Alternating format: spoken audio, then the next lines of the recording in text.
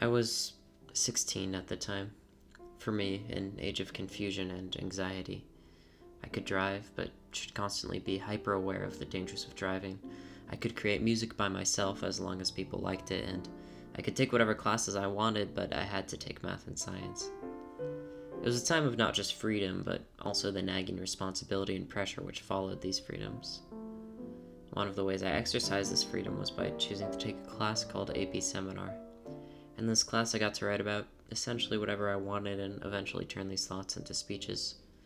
Our class actually ended up going to a speech and debate tournament at a college campus about 2.5 hours from where I lived. We were scheduled to stay in a hotel for 2 nights. Since I was the only boy going, I'd be in a room by myself. I gave 2 speeches at the tournament, each to 3 different judges. At this moment, I'm sitting in an auditorium surrounded by my classmates and other students from other schools I've never heard of. On the outside, I might have seemed tired, delirious, maybe even high, but on the inside, existential thoughts rose to the surface of my mind as I pondered the events of the day. About a month later, I recounted this trip in my journal. This is what I wrote about my mental state at the time. Quote, "When I am tired, I get ridiculously open-minded, dangerously apathetic, nihilistic, and nearly psychopathic." End quote.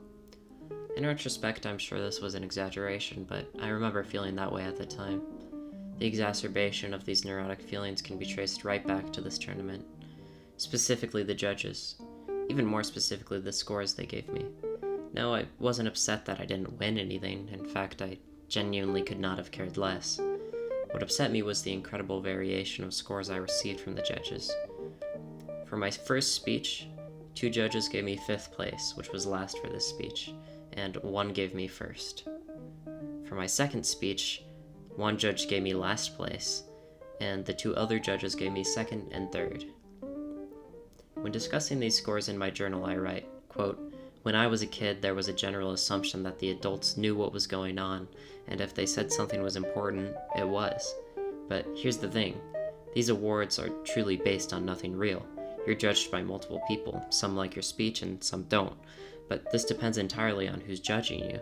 There's no metric for how good your speech is except for each judge's personal opinion." End quote. This might not seem like an incredibly insightful or even abnormal observation, but for me, it was earth-shattering. In my journal, I write, quote, "This hit me like a brick and kept repeating in my head during the awards ceremony. Nothing means anything." End quote. As this thought rapidly bounced around my head, people around me began to applaud. I wasn't paying attention, so I wasn't exactly sure what they were applauding for, so I didn't care to join in. The people began to stand, but I continued to sit. It was some sort of an internal revolt for me against the lie that these awards meant anything. A stance of rebellion demonstrating that I knew the truth which had been concealed from me since I was a child. I couldn't quite articulate these feelings of indignation at the time. All I knew was that a fire was lit in my soul and that the world should know it's their fault, it's there. Why did I feel this way? I couldn't say, but I knew this truth I had stumbled across was significant. If I had to describe it in retrospect, I think it's the realization that everything is subjective. Therefore, you're not going to please every teacher, every person in your life. You could do your absolute best and it might get you nowhere. You could spend years creating your unique masterpiece that nobody will understand. So, why create art? Why give speeches, write essays? Why try? Well, I've come to find that we have to do it for ourselves. Natural passion isn't always easy to come by. Because of this, it must be nurtured.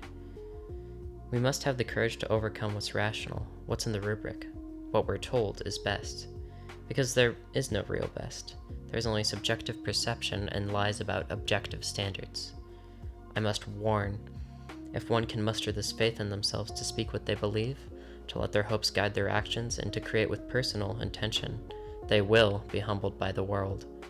But Earth isn't as lonely a place as it might seem, and despite the inevitable criticism, authenticity will be deeply rewarded by those lucid enough to resonate with it.